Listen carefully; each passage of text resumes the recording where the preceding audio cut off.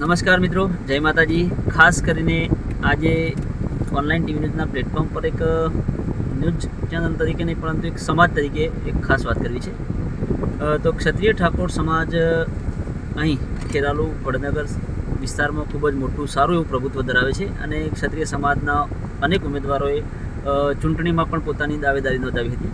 ત્યારે ક્ષત્રિય સમાજના ઉમેદવારો હતા, સામે અન્ય સમાજના ઉમેદવારો હતા, સામે ક્ષત્રિય સમાજના પણ ઉમેદવારો હતા. અને જ્યારે આ ચૂંટણી હવે એના પરિણામો આજે જાહેર થઈ રહ્યા છે ત્યારે તમામ મિત્રોને ખાસ નમ્ર વિનંતી છે કે આજે પરિણામો જે બી હોય દરેક પરિણામો સ્વીકારે અને પરિણામ બાદ કોઈ ખરાબ કોઈ કૃત્ય ન થાય અને તેની ખાસ સાવધાની રાખે, વાદ વિવાદ ન થાય તે પણ ખાસ ધ્યાન રાખે.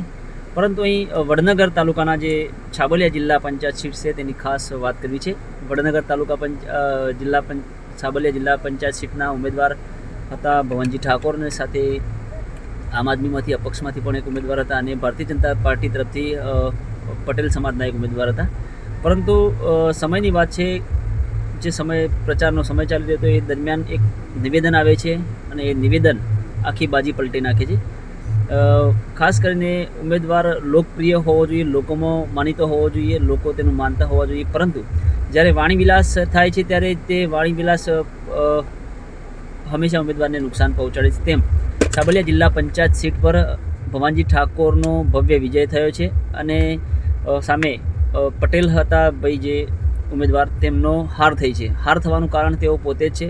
તેમને ક્ષત્રિય સમાજ વિશે અભદ્ર નિવેદન આપ્યું, એ નિવેદનને લઈને બહુ મોટો ફટકો પડ્યો છે, જેના કારણે તેમની હાર થઈ છે. અને ક્ષત્રિય સમાજે એકતા કરી બતાવી છે. તેમને જે ઘંટડી વગાડે છે, ક્ષત્રિય સમાજના લોકો તો મારી ઘંટડી વગાડે છે, આવા નિવેદનો આપ્યા હતા. તે સામે આજે ક્ષત્રિય સમાજે પટેલ સમાજના જે ઉમેદવાર હતા તેમની ઘંટડી વગાડી છે. અમે કોઈ સમાજની વિરોધમાં નથી, પટેલ સમાજની વિરોધમાં નથી, અન્ય કોઈ સમાજની વિરોધમાં નથી, પરંતુ વ્યક્તિગત રીતે આ વ્યક્તિ આવું નિવેદન ના આપવું જોઈએ અને તેમના ખાસ વિરોધમાં ક્ષત્રિય સમાજે જે કામ કરી બતાવ્યું તે ક્ષત્રિય સમાજની વડનગર વિસ્તારમાં એકતા બતાવે છે. બાબતે જે ભવાનજી ઠાકોરનો વિજય થયો છે એ બાબતે ભવાનજી ઠાકોરનો વિજય તો થવાનો જ હતો, કારણ કે ચૂંટણી જ્યારે પ્રચાર ચાલુ હતો તે દરમિયાન પટેલ સમાજના એક વ્યક્તિ દ્વારા એક રેકોર્ડિંગ વાયરલ થાય છે અને એ રેકોર્ડિંગ એટલું વાયરલ થાય છે કે ઠાકોર સમાજના દરેક વ્યક્તિને રોષે ભરાય છે. કારણ કે ઠાકોર સમાજને એવું અભદ્ર રીતે બોલવામાં આવ્યું હતું કે ઠાકોર સમાજ જે છે એ મારી કહેવા ઉપર ઘંટડીઓ વગાડે છે.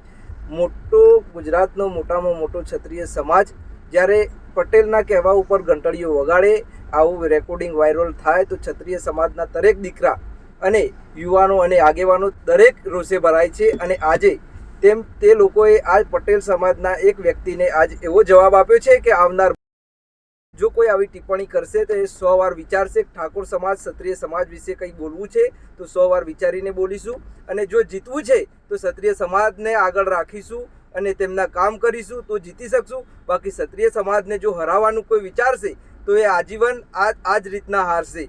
અને દરેક ઠાકોર સમાજને નમ્ર વિનંતી કરું છું કે જો તમે પણ આગળ વધવા માગો છો, કોઈના ત્યાં મજૂરી કરવા નથી માગતા, સ્વતંત્ર જીવવા માગો છો, ઠાકોર સમાજનો ઝંડો લહેરાવવા માગો છો, તો દરેક સમાજની સાથે ઊભા રહેજો અને સમાજ કહેશે એ સૌથી પહેલાં કરજો. જય હિન્દ.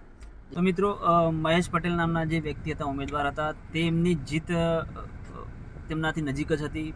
સારું એવો પ્રચાર ચાલી રહ્યો હતો અને તેમને જીત મળવાના, કારણ કે તેઓ ભારતીય જનતા પાર્ટીના ઉમેદવાર હતા અને તેમની સારી એવી જીત થાય તેવા પ્રયાસો પણ હતા. પરંતુ આ એક નિવેદન આખી બાજી પલટી નાખે છે અને તેમની જીત હારમાં બદલાય છે. તો મિત્રો, ક્ષત્રિય સમાજ દરેકની સાથે રહીને ચાલવાવાળો છે, દરેકની સાથે લઈને ચાલવાવાળો છે. તો ક્ષત્રિય સમાજ વિશે કે અન્ય કોઈ સમાજ વિશે સામાજિક ટિપ્પણી કરતાં પહેલાં 100 વાર વિચારવું જોઈએ. કોઈ પણ સમાજ વિશે અભદ્ર વર્તન ક્યારે ન કરવું જોઈએ. લોકોએ અને મતદારોએ EVMના બટનથી આ બાબતનો જવાબ આપી દીધો છે.